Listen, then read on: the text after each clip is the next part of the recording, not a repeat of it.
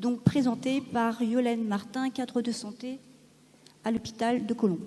Merci. Merci au CNRD de nous avoir invités. Donc, je vais vous présenter. En fait, il s'agit avant tout de vous dire que c'est un protocole hospitalier de recherche infirmière et paramédicale dont l'idée initiale vient de Nathalie, qui est aide-soignante du service, comme quoi toute l'équipe peut promouvoir ce genre de projet. Et puis, je voulais également dire que cette étude elle peut être menée qu'à bien avec le soutien du docteur Messica ici présent et mon prédécesseur Serge Villard, qui était cadre dans le service à ce moment-là.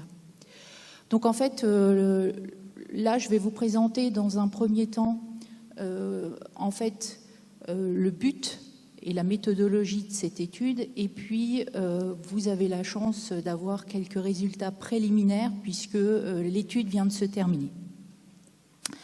Alors l'insuffisance respiratoire aiguë en réanimation est le premier motif d'admission, et pour la traiter, il existe de nombreuses thérapeutiques avec des effets secondaires et des sources d'inconfort.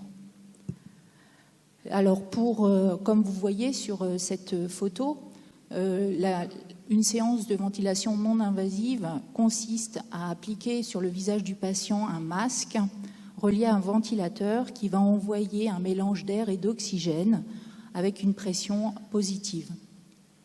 Les durées de séance peuvent être d'1 heure, voire plus, 4 heures ou 12 heures, tout dépend si le patient tolère ou pas ce dispositif.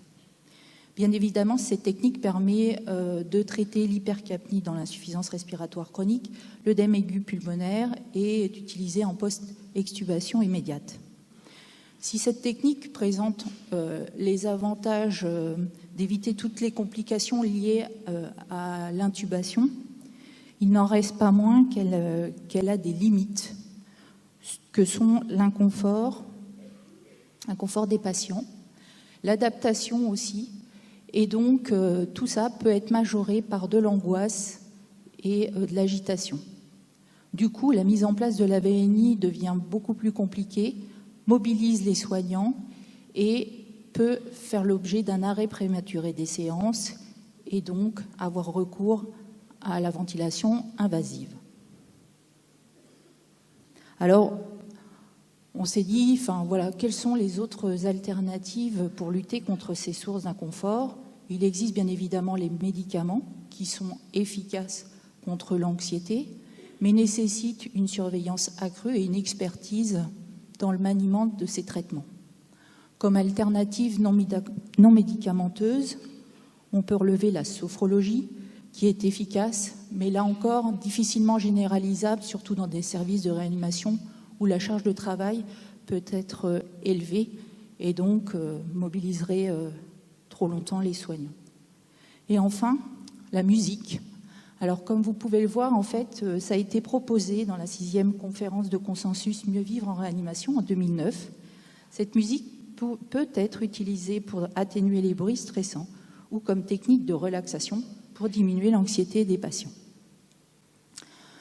Donc, comme l'a dit tout à l'heure Stéphane, donc on va utiliser cette musique réceptive qui a pour but, c'est une méthode de relaxation par induction musicale, donc par l'écoute d'extraits musicaux ou de sons. Et puis, quand on applique une des méthodes, c'est-à-dire la méthode en L, on obtient 2 effets thérapeutiques que sont l'apaisement et la relaxation. Tout ça, le but de tout ça, c'est de faire mieux tolérer le soin aux patients. Alors, quand on fait la revue de la littérature, et tout à l'heure Stéphane nous l'a dit, l'utilisation de la musique n'est pas récente dans les soins, dans tout un tas de domaines. Alors là, je vous ai mis une étude très rapide qui concerne la chirurgie orthopédique. Il s'agit de il a été randomisé 62 patients, 31 dans un groupe sans musique, 31 dans un groupe musique. Et puis, ces patients qui ont eu de la musique ont eu de la musique pendant 20 minutes du début de l'intervention jusqu'à la fin. Et vous voyez qu'au final, Elle diminue l'anxiété, la douleur et permet aussi de mieux tolérer l'intervention chirurgicale. Bien évidemment, ça a été évalué dans d'autres domaines comme l'oncologie, l'obstétrique, gynécologie et bien d'autres domaines. Je ne reviendrai pas, mais on a vu tout à l'heure que c'était efficace aussi en réanimation et également avec les patients sous ventilation invasive. Alors maintenant, notre étude, l'objectif de notre étude a été d'évaluer l'intérêt d'une intervention musicale au cours de la ventilation non invasive pour améliorer le confort ventilatoire. Ça, c'était l'objectif principal. Et comme objectif secondaire, on s'est attardé à regarder les paramètres cliniques cardio-respiratoires, s'il y avait une diminution des échecs de ventilation non invasive, si ça permettait également d'avoir une adéquation entre les durées prescrites et les durées réellement faites, et puis si on avait moins recours au traitement anxiolytique pendant ces séances ou à la contention. Et également voir si ça avait un impact sur la qualité de vie et l'anxiété, notamment le stress post-traumatique lié au séjour en réanimation. Notre critère de jugement principal a été donc la variation du confort respiratoire lors de la première séance de ventilation non invasive, du temps T0 de l'application de la ventilation à 30 minutes. Pendant ce temps, en fait, à T0 et T30, le patient mesurait son inconfort ou sa gêne respiratoire à l'aide d'une échelle visuelle numérique.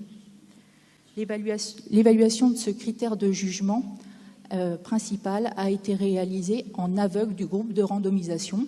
En fait, on faisait appel à des collègues extérieurs du service pour pouvoir faire cette évaluation et ne pas être influencés.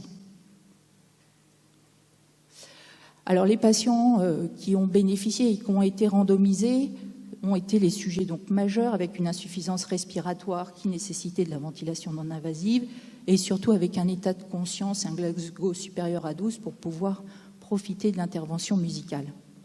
Quant aux critères de non-inclusion, bien évidemment l'hypoacousie, la limitation des thérapeutiques actives et des contre-indications à ce traitement. Alors, c'était donc une étude prospective, comparative, randomisée, multicentrique. Nous avons été 3 centres, Louis Maurier, l'hôpital de La Roche-sur-Yon et l'Institut Gustave-Roussy. Et puis, on a fait 3 groupes, une randomisation en 3 groupes, 33 patients départ, 33 patients dans un bras, ventilation non invasive plus isolement sensoriel, donc c'était les yeux occultés et un casque sans musique. Un bras ventilation non invasive plus intervention musicale et un bras contrôlé avec une prise en charge de la ventilation non invasive. Avant de débuter cette étude, nous avons formé les équipes. Donc toutes les équipes infirmières et aides-soignantes ont été formées d'une part à l'utilisation des tablettes, d'autre part à demander au patient et à ce que le patient arrive à faire ses choix et à essayer de trouver le goût des patients, parce que c'est pas facile, et puis à manipuler et faire les séances comme elles devaient l'être. Donc voici les résultats préliminaires. Donc en fait, on a dû inclure au lieu de 99 patients, 114 patients, puisqu'il nous manquait des données sur le critère de jugement principal, notamment des évaluations de gêne respiratoire. Vous voyez que nous avons comparativement dans les bras 38, 37 et 39 patients avec un âge moyen de 67 ans. Donc un des premiers résultats, c'est la variation de la dyspnée entre le temps T0 et le temps T30. Alors, donc en fait, vous voyez ici, là c'est le temps T0, en bleu l'intervention musicale, vert l'isolement sensoriel et rouge la prise en charge habituelle. Le trait un peu plus en gras signifie la médiane et vous voyez qu'en termes de médiane, on est sur des gènes évalués à 5, des gènes ou d'inconfort respiratoire à 5, que ce soit dans le groupe musique ou isolement sensoriel, et un peu moins sur la prise en charge habituelle. À T30, vous voyez que les variations, les patients ont un peu moins de gènes respiratoires, mais là encore, on voit que ce n'est pas significatif. Et quand on fait la différence au bout de 30 minutes entre T0 et T30, là encore, ce n'est pas significatif. On vous a mis également le taux de réintubation. Vous voyez que là encore, les pourcentages de réintubation, que ce soit pour l'intervention musicale, quel que soit le bras de randomisation, il est à peu près identique et n'est pas significatif. Le résultat qui est à ce jour, puisque ce sont que des premiers résultats, le plus intéressant concerne le stress post-traumatique, puisque les patients devaient remplir un questionnaire à la fin de leur séjour, et on voit qu'à la sortie de la réanimation, eh bien là, les patients ont mieux vécu leur séjour, en tout cas leur VNI, quand ils ont eu de la musique, mais ce bénéfice se perd au bout de 3 mois puisque ce n'est plus significatif. Donc en conclusion, on peut dire qu'à ce jour, une intervention musicale administrée à des patients de réanimation sous VNI diminue de façon significative le stress post-traumatique à la sortie de réanimation et qu'il s'agit d'une intervention simple, reproductible et efficace pour une thérapeutique traumatisante de réanimation. Merci de votre attention.